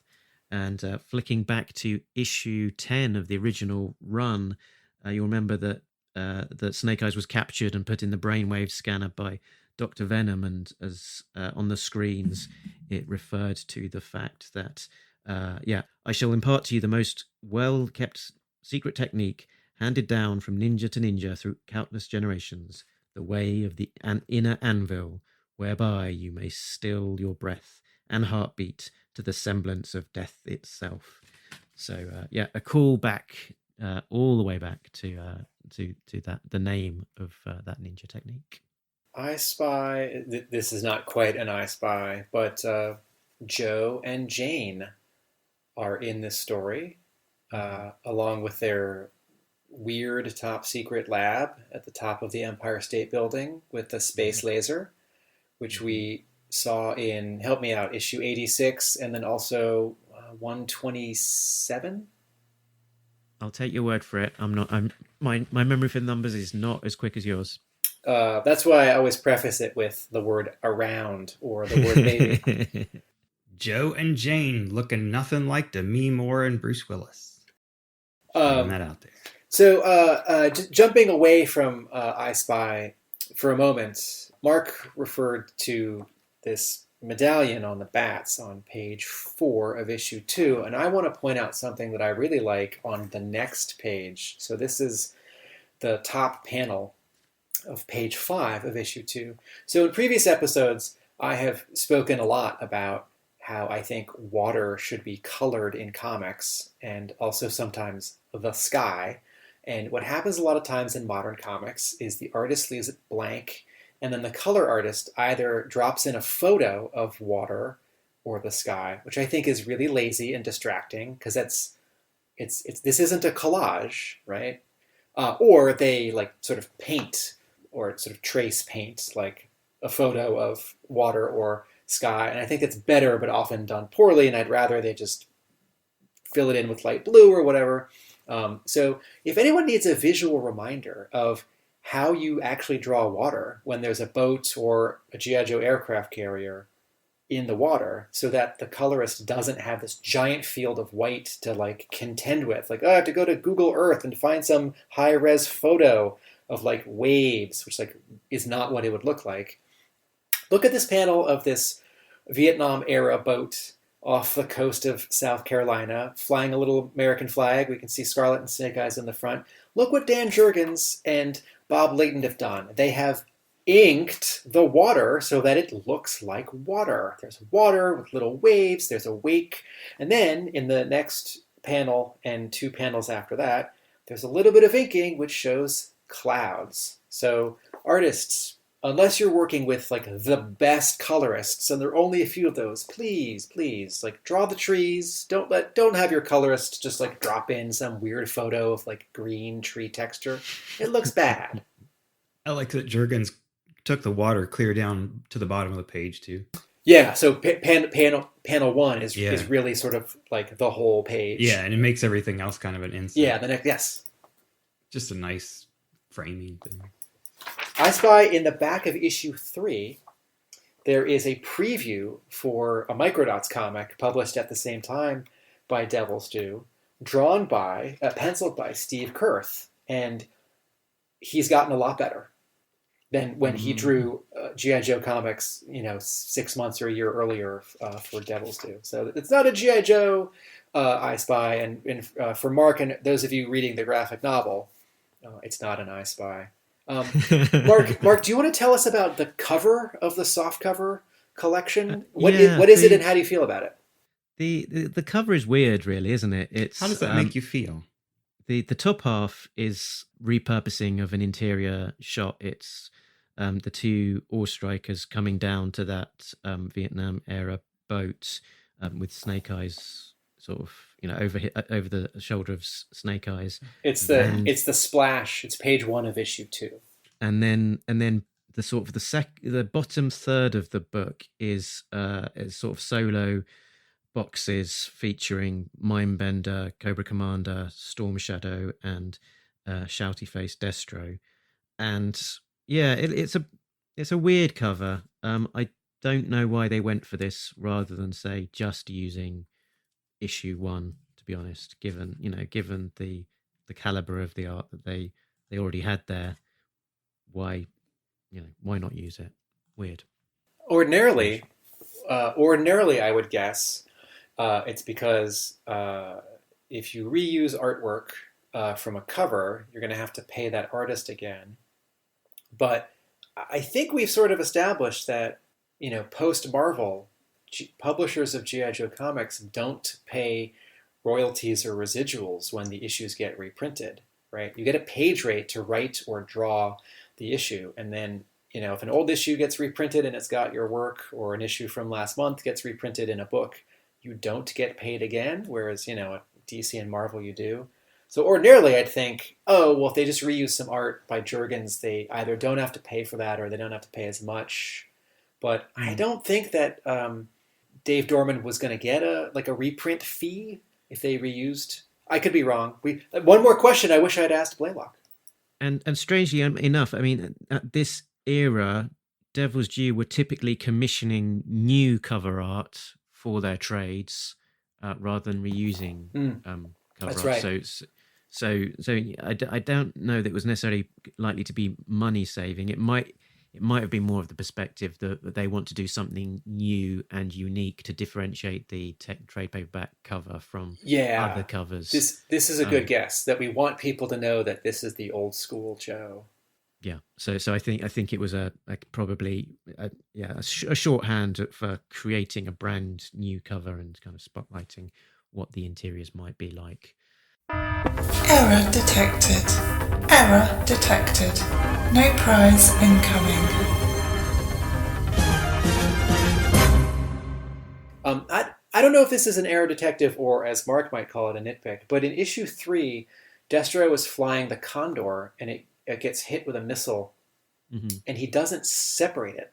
The Condor can split into two planes, and I mean, maybe the story would be the same in either case. He's going to radio Cobra Commander and say, "Where should I put this down?" But this is also the Larry Hama who previously has written the Rattlers, which as toys and in the cartoon have folding wings and are VTOL. Several times he has not treated the Rattlers as VTOL, right? So maybe Hama is either maybe he's deciding some of the more fantastic elements of the toys he's going to leave out, or maybe there's a million things to juggle and Hama just didn't remember that the Condor can split into two planes. Probably. Can I just say how nice it is to see that plane? Yeah. I mean, that was not one that I had because I pretty much had quit by that time. But I feel like in a story where we've got Destro, Cobra Commander, Billy, Dukes, Zartan, Hawk, Scarlet, Snake Eyes, all the top guys, the A-level, most recognizable things, that we've got a Condor instead of a Rattler. It's just neat to see a different kind of vehicle in there for a change. Yeah, and they also stick in a trouble bubble slightly later on, which is not a vehicle that Hammer used very much in the original run. This is a good reminder. I wanted to get your guys' take on this. I love this scene where the Joes jump onto the Cobra flight pod, the trouble bubble, from the top of the Silent Castle to sort of get it's too heavy to get down. That page is great. It's funny. It's also clever, right? It's like Hama dealing with the reality of I'm up here, you're down there. How do we move from A to B? But in the previous 2 pages, that shaped charge gets glued to the top of Mindbender's Rattler. His flight pod blows up and throws him out of it. And I think Jurgens and Hi-Fi are trying to sort of parse that only the top half, the glass part, explodes and the bottom half is fine. But that's a big explosion. And then, so on the next page, when Duke is looking down and he jumps onto this trouble bubble that's kind of smoking, I thought that was a second trouble bubble. And then I thought, where did that come from? Because clearly, I thought, Mindbender's entire trouble bubble blew up and crashed. So I think this is Jurgens being a little careless in his visual storytelling, because in that previous page, we're looking past Cobra Commander's shoulder and he's saying, "What now? Somebody go pick up the good doctor and bandage him up."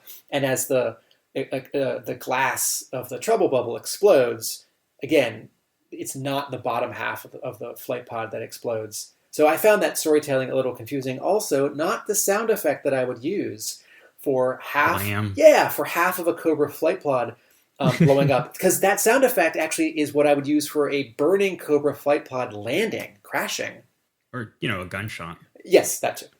I thought the whole shaped charge thing was kind of unclear. The artwork with that whole sequence was just a little sloppy. Well, I think Hi-Fi kept. Yeah, the coloring didn't help. Yeah, Hi-Fi kept coloring what I think is the 3 tips that have epoxy, as if they were like a blowtorch or an acetylene torch. So it's glowing orange. It's is that what that actually looks like? So is that a fuse, like a stick of dynamite?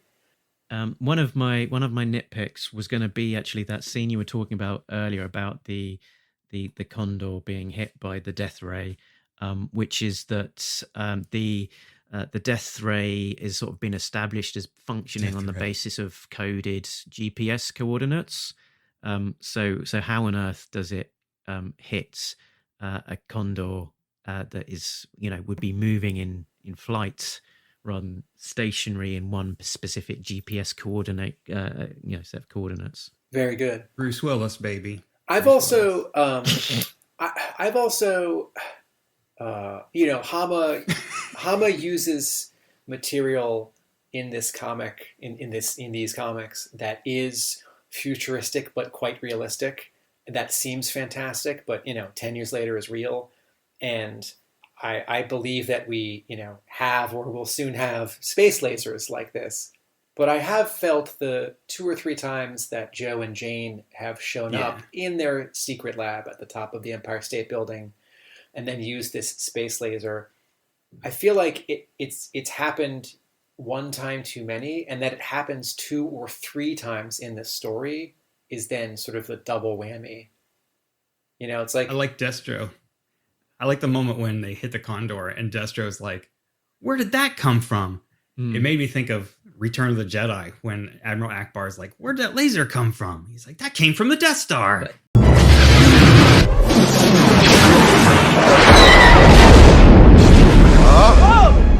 That blast came from the Death Star. I guess they have to establish it as being used at least once before then it becomes the finale. The finale, so that it's established as how it works, what it does. Yes, but I find it's a little bit much for this world of G.I. Joe. Where like a lot of problems get solved with artillery. We're like, we've got the general or the Rolling Thunder 2 miles back. It's like, can we get a shell to blow up this plane? It's like, well, we've got a space laser. But again, I can't stand on 2 feet and say this, because at the same time it's like, well, of course Snake Eyes can stop his heartbeat. He's a ninja, and that goes back to issue 10, right? Yeah. Okay, onto more nitpicks from me. Okay, here comes the nitpick, funky bunch. So, how does Scarlet simultaneously shoot 3 Cobra Troopers who are spread out with 3 arrows from a bolt action crossbow, whilst let's add for more incredulity, simultaneously emerging from the train tanker? I don't know what you're talking about. Scarlet's not in this book. Okay, we have she's that good. She's that good. Yeah. End of. Next up, we have. We have Hawk delivering a very typically Hammer line from him. We don't get parades, and we don't get medals, and we don't get a handshake from the POTS on the White House lawn. What we get is the satisfaction from doing our job, and that piece of dialogue is meant to explain why they should be doing why should be contacting the jugglers when they believe that they're being double-crossed and set up, and probably by delivering those coordinates to them, likely to have Cobra then on their ass trying to kill them. Job satisfaction, but how much job satisfaction do you get from delivering information to traitorous people who are trying to stab you in your back and have you killed? From being slipped from to the getting short played, end, as they call it. Hawk seems to be really more a company man, to use a phrase, in this than I think that he was before. He's just like, we'll do what they tell us to. Okay. Well, didn't we just read one where Hawk was like, no, we're not going to take that kid to be killed? That's right. I mean, he's clearly does what he thinks is best, not what the jugglers tell him to do. So I think that was a little out of character. And it happened throughout. Next up, final nitpick, and this is one that I saw a couple of reviews of these issues singled out as the thing that they disliked the most was Hawk's nearly inhuman recovery from his wound. So he gets a nasty wound to his chest, not a sucking chest wound, but nasty nonetheless, which Gung Ho is able to patch up, and then they get to New York, but then instantly, instead of staying behind in New York and getting attention, he Charlie Mikes and continues on to the next part of the mission, the Silent Castle. You'd have thought he might have kind of timed out at that point and let the other guys continue on with the mission. Is there an error detected? I remember an issue in the Marvel run when someone wrote in a letter Gung Ho showed up and hadn't been in the comic for a while, and then I feel like someone wrote in and said, "Hey, Gung Ho's accent is gone, but it was definitely here in issue 11 when he first showed up. What gives?" And I think, I don't know if like Bobby Chase was answering the letters or Hama was, but I think the explanation, or maybe someone tried it for a no prize. I think the explanation was, well, you sort of take on the accent of the people you're around, or if you move, you lose your accent. So I wanted to ask the two of you, since I'm only half remembering this, did Gung Ho's accent in issue 1 jump out at you as either a little continuity flub or like good, authentic Gung Ho? Do you have a stake in this? I'd say it's the stereotypical Gumbo, Bayou, Gung Ho. Yeah. Yeah, I didn't strike me as out of character or odd at all. Okay, but not like overdone. I think what I'm asking is not is it overdone, but do you remember a time in the Marvel run when Gung Ho lost his accent, and therefore is this a proper correction, or do you feel like if he lost it and they explained it with sort of a no prize, should he continue to not have it, and therefore this is an error? That's a good question. I mean, I'm sure that over the course of the series, he probably did kind of lose it. Most of those characters, especially one like Gung Ho, if they come from a particular region, the first 3 or 4 appearances, they're going to be really heavy on those kind of character traits. So I'm sure that the first few appearances were kind of thick on that, Bayou dialogue, and then probably as the series went on, it kind of leveled out a little bit. I don't remember it doing that. That's just me assuming, but I know that it was kind of thick in the beginning. But beyond his first few appearances as well, I guess his appearance probably did taper out a little bit. He was probably given a little just a bit supporting character at that point. A little bit less dialogue, and I guess I think it's forgivable to let something like that slip a bit. I had a very nitpicky error detected, which was just that Scarlet at one point in, I think it's issue 4, is missing her roll neck, and so it's just sort of either drawn or coloured with some sort of rather swooping cleavage-orama. Yeah, devils do Scarlet. But G.I. Joe didn't notice that one because Scarlet's not in this arc, as we established. Who are you talking about? Should we do favourite line of dialogue? Yeah. Quote of the week, quote of the week, quote of the week, quote of the week, quote of the week, quote of the week, quote of the week.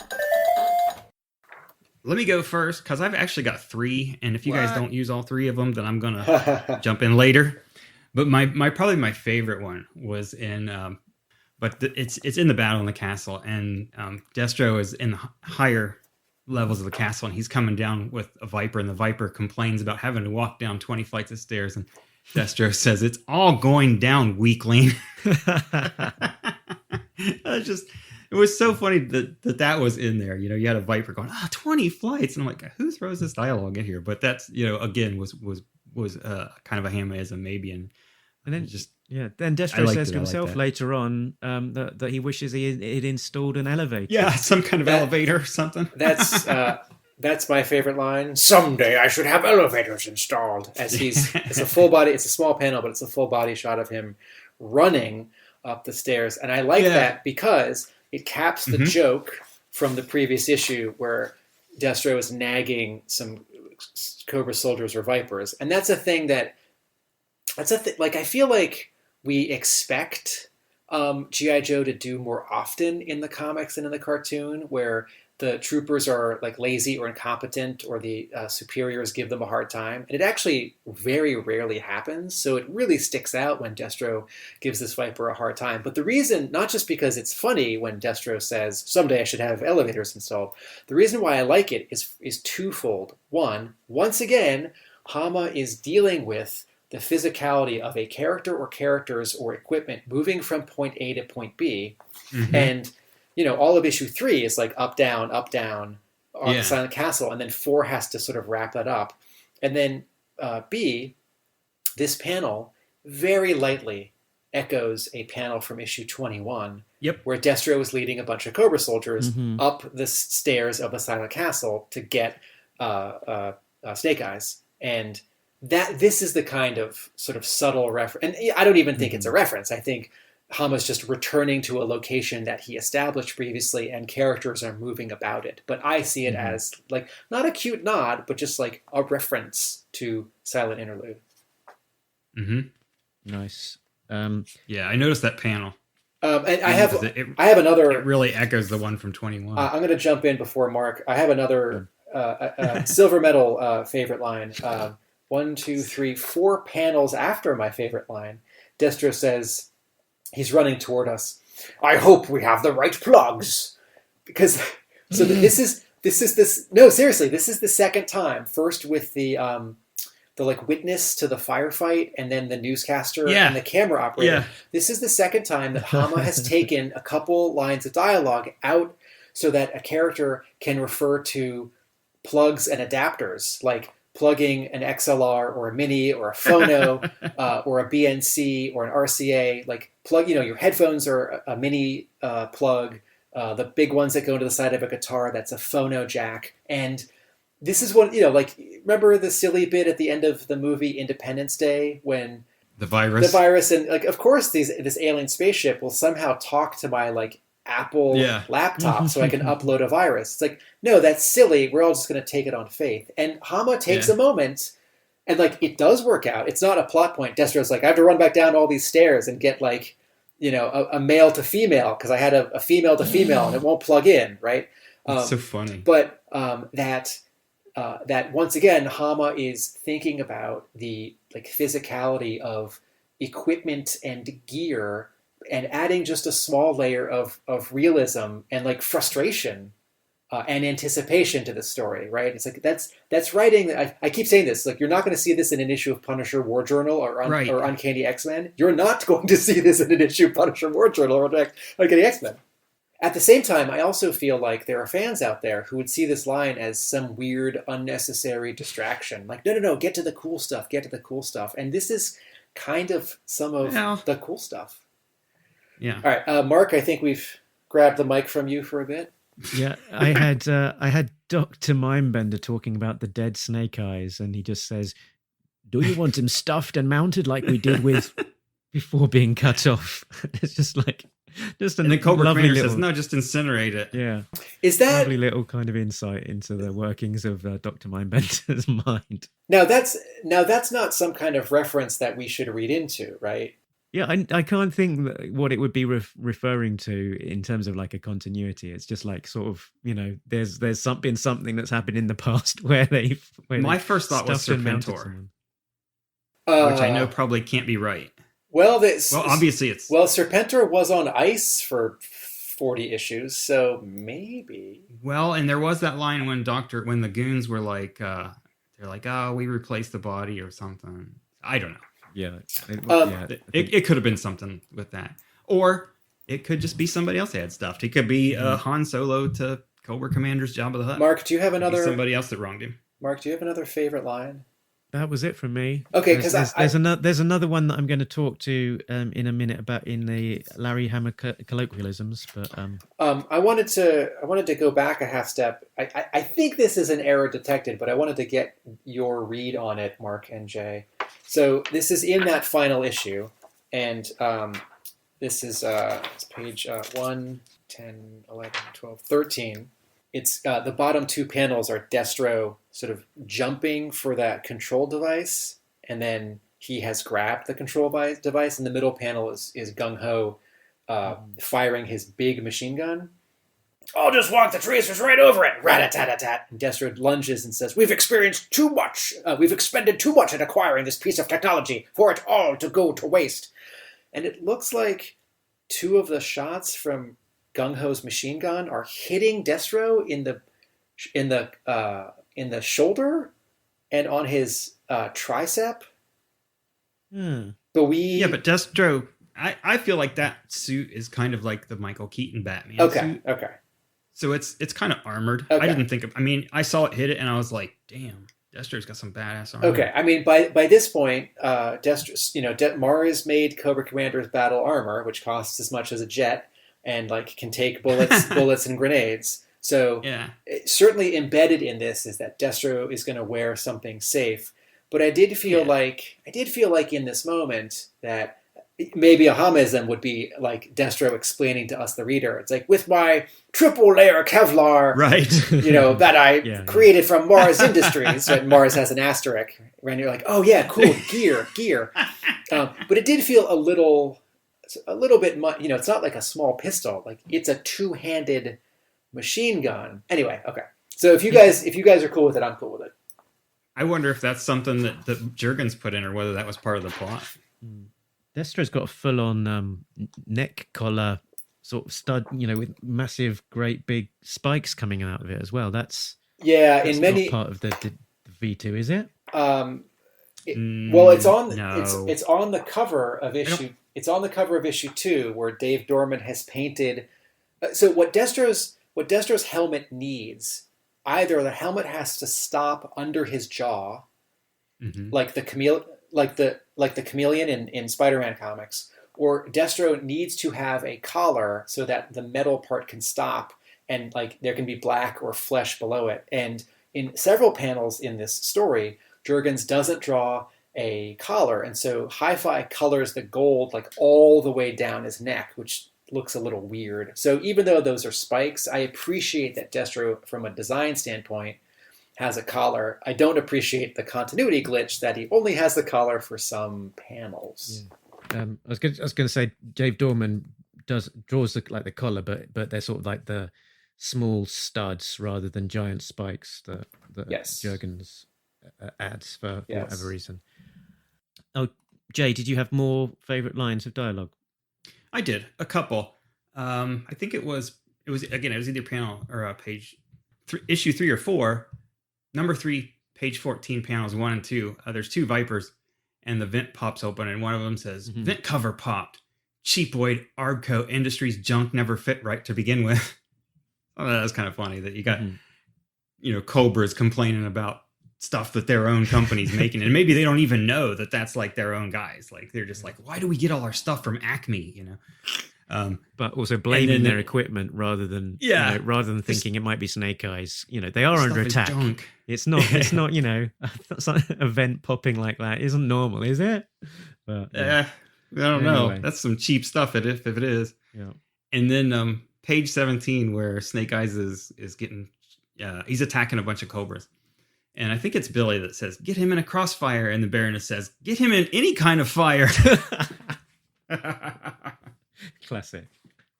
Okay, with that great line of dialogue from Hama, let's go Hammer Troporama in Hammer Time. Stop! Hammer time! Time to beat the soles of your boots with my face. Sucking chest wounds, red ninjas, brain scanners, rubber oozes, blue ninjas. And some more sucking chest wounds. Hammer time.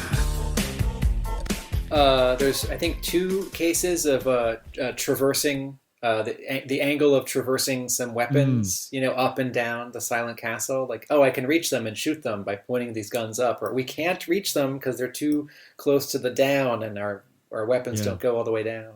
We had, I spotted the gun barrels at the Silent Castle that can't depress low enough to engage the threats. Yeah. Thank you. Yes.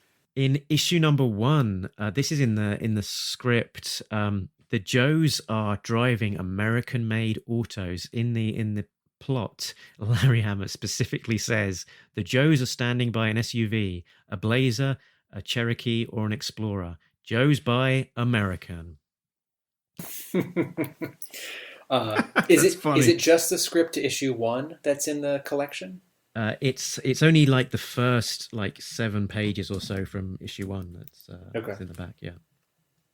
Does page 3 at the top of it say some kind of note that, like, Larry, write this terrible dialogue for Scarlet and Snake Eyes? Because page 3, issue 1 is where the whole thing goes off the rails. They're in the car and they start talking, and Stalker says, "I'm not getting between this." I'm like, what am I reading? What is this?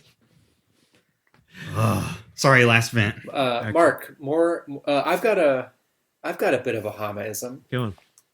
So on the second page of issue 2, the Joes and the 2 Ostrikers have pulled up to this boat, this skiff, and we have seen and maybe it's actually more after this story, but we have seen stories where Joe recognizes someone in a Joe story, either an NPC recognizes a Joe as some kind of military or veteran or expert, or a non-player character recognizes Joe as some kind of military veteran or expert. And there is an instant kinship, and the person helps the Joe or the Joe helps the person. Yes, indeed. The last there are so many, so I think this section could go on for a long time. But calling out one more specifically, that the whole thing was in the end a scam from the jugglers, and the only way for the Cobras to believe in the MacGuffin for the plot was for the G.I. Joes to go all out. And I'm thinking of specifically Special Missions number 8, where the CIA agent Anderson had set up the mission to fail from the beginning, and the Joes foiled his plot by actually being too good in that particular one. But in this case, it seems that Destro's last minute shenanigans of moving the desk did thwart the Joe's effectiveness, and did allow the virus to be uploaded into their systems in the end. I wish that the plot or script to issue 2 was somehow available, because this lone man fishing with a baseball cap on the pier when Destro lands the Condor. Actually, is the Condor a VTOL?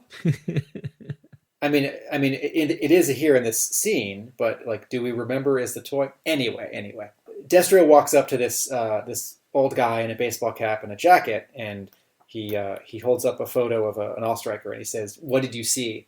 And Dan Jurgens is drawing this character who we see in close-up and in a medium shot as some kind of very specific person. He has big ears, he has a big nose, he's got old man eyes, and Hama will often in his plot refer to a character as if it's an actor or a person in comics. I don't know if he does this often, but I have seen this in at least one Hama plot, and I wonder if Hama called out in his plot that this should be like a particular person, and Jurgens sort of tried to draw that person, or if he just described him.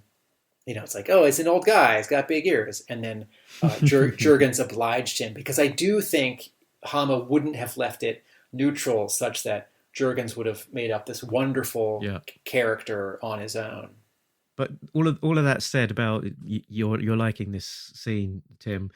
Destro's in this Condor, and it's coming down to land, and this guy's noticing Destro comes up in his weird outfit and his big spiked collar, tracking down these military types that the boatsman, conceivably this guy's friend, and he's obviously trying to track them down and not up to no good. But he throws them properly under the bus, saying right where what they're in and where they are headed off.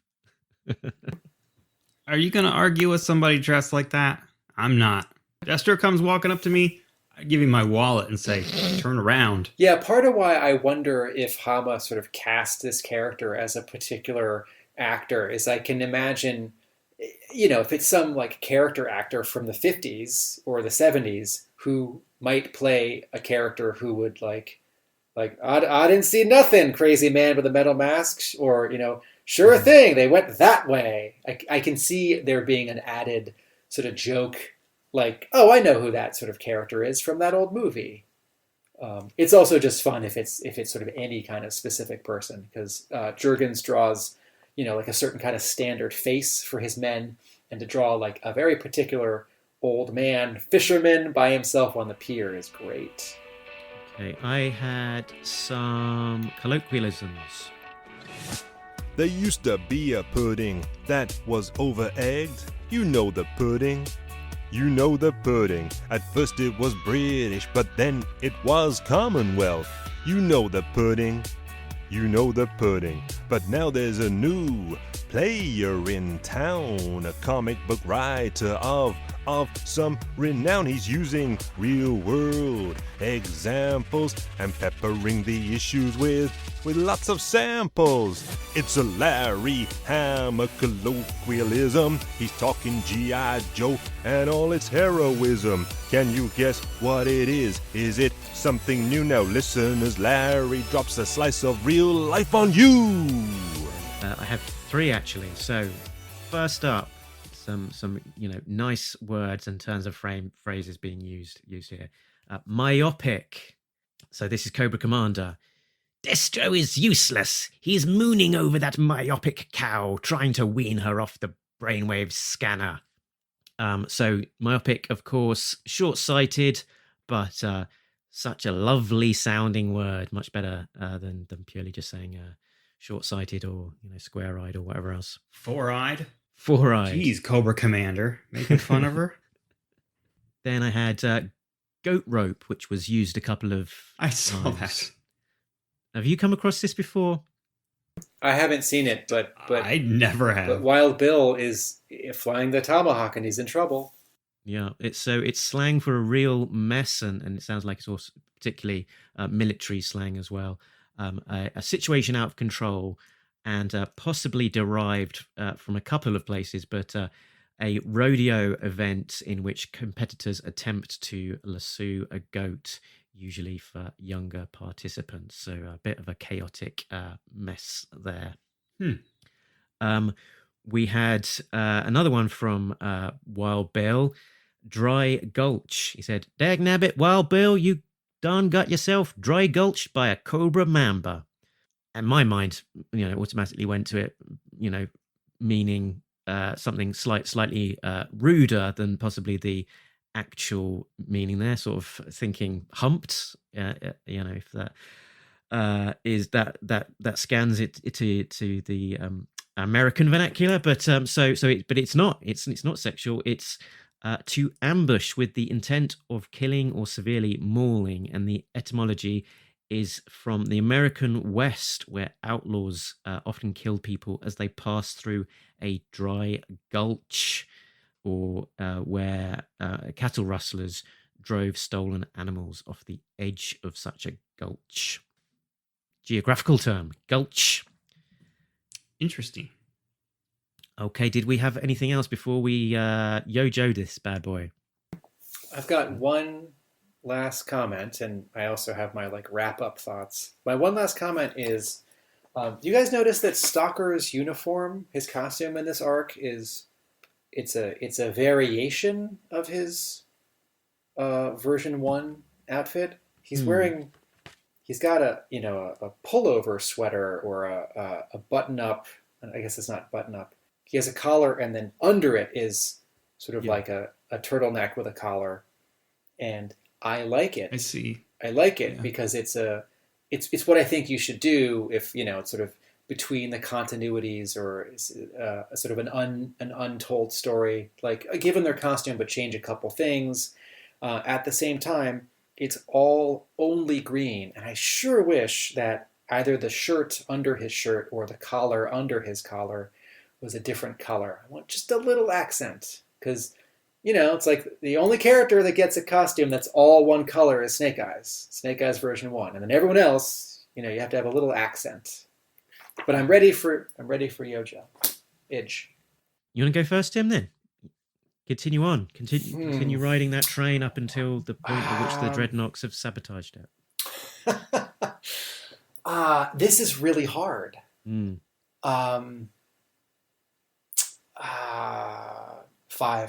It's a low one. And I've said so much, so I do have a wrap up thought, but I'm gonna just, rather than sort of restate anything, 5. Okay, Jay. I was gonna say 5 until we started recording, and then the more that I kind of flipped through it, and I really got more into the dialogue. That doesn't do that much to save the story, so I'm gonna go with a 6.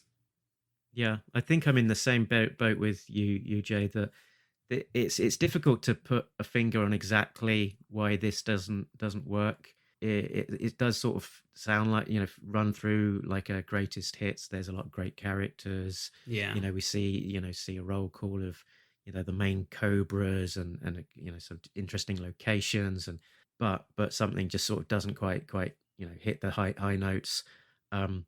talking it through, I probably am raising my enjoyment of it almost a little bit, just sort of realizing how much great dialogue there is there. Yeah.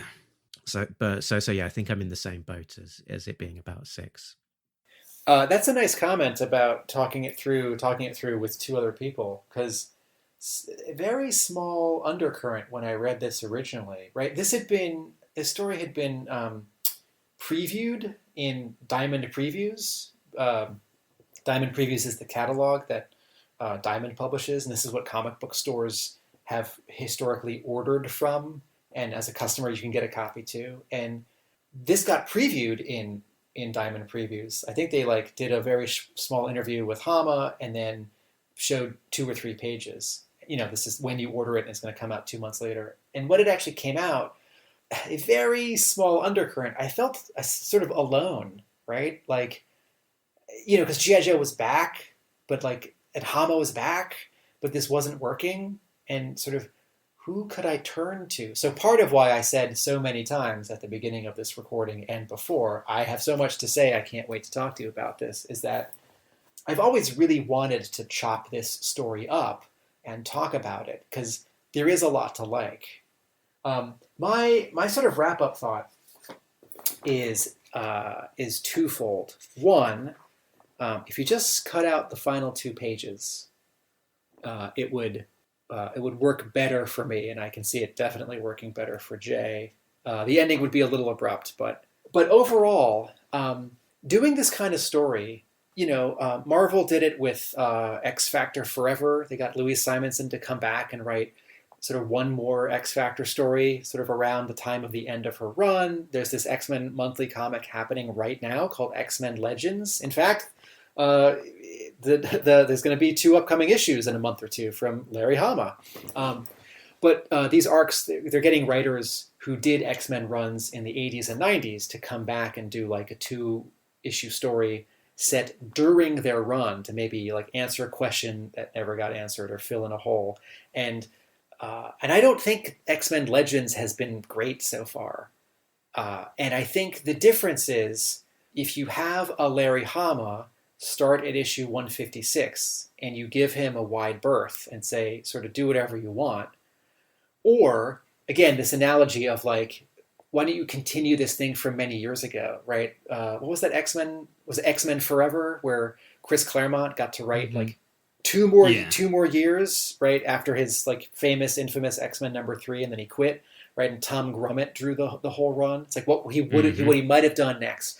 And that was just an ongoing monthly. I don't think they said you have 12 issues or you have 12 issues and 12 more issues. So the way that to compromise, right? Let's say that I don't have a magic wand. It's not like, Blayock, just hire Hama instead of yourself, or Blayock, just let Hama go for 50 or 100 issues. That's not realistic. But 2 things. One, this arc should have been 5 or 6 issues if it was going to have this much stuff. 2, what really needed to happen, and I don't think is in any way unrealistic with sort of the parameters of Devil's Due in 2001, 2, and 3, have Hama come back and do this 2 or 3 more times. So tell a story that's in 95, tell a story that's in 98, tell a story that's in 99, and have a couple steps to bridge out of the Marvel run and into the IDW run. And besides Hama's difficulty in writing this way, here's your outline, follow it. But also, you have to get to this end point. It's I gotta have Billy go off so he can come back at the beginning of the Devil's Due run. I have to have Storm Shadow kind of still zapped by the brainwave scanner so he can come back and struggle at the beginning of the Devil's Due run. All the stuff with Snake Eyes and Baroness. Yes, other people want to write G.I. Joe. That's what Frontline is for. But man, this book is selling like crazy in 2001, 2002. Have Hama come back a couple times so this stuff can spread out. That's my realistic compromise. But I'm also happy that Hama's just writing an ongoing G.I. Joe for another publisher right now. Yeah, and I think the precondition, I think, maybe he might have come back if this experience wasn't so painful for him. I think the precondition for him coming back and doing more for Devil's Due, and specifically Storm Shadow, was that he would just be allowed to do his own thing. Good point. Cool. So that was Frontline issues 1 to 4. Interesting discussion, and look forward to seeing what we make of the next arc in Frontline. But before we head off, let's have a quick round of innuendo. Attention. At this moment, you are now listening to Talking innuendo. If you are offended by words like Sucking, flesh wound. Willy, Pete. Balls, crystal balls. Hypno shield. whatever, take the tape out now. This is not a pop album. And by the way, suck my Grandmother's brick in a Prada handbag. So if you're in the right frame of mind, specifically my frame of mind, a lot of G.I. Joe names can sound a little bit dirty. So can I get through a list of 5 G.I. Joe names without making my co-hosts titter? Jay, unmute yourself in preparation, please. Okay, let's go. Windmill. Colonel Breakoff. Slipstream's Conquest.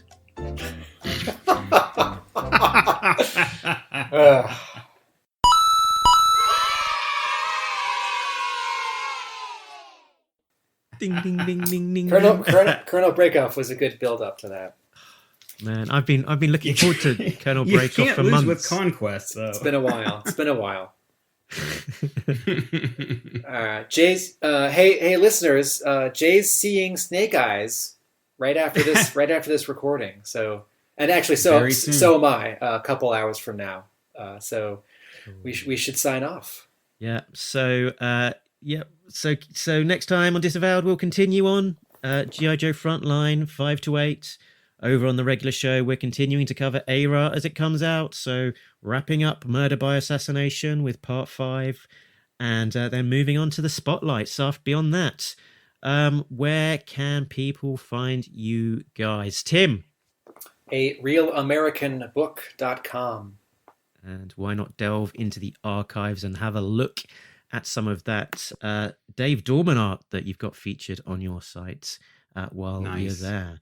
Jay, what about you? Break Room Sketches on Facebook.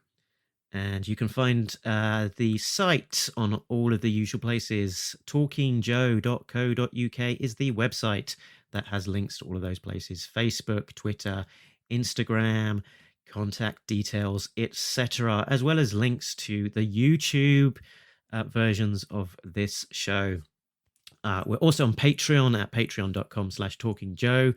So a big thanks to all of our backers, Richard, Sam, Jay, Bill, Christopher, and Justin, who are getting early access to episodes as well as some exclusive content. There's no minimum subscription. So if you're enjoying this and want to chip in and pay off some of the running costs, then that would be muchly appreciated. And that's us done. But remember, nobody beats Talking Joe! A real American podcast! With the guy from England. Later, wankers.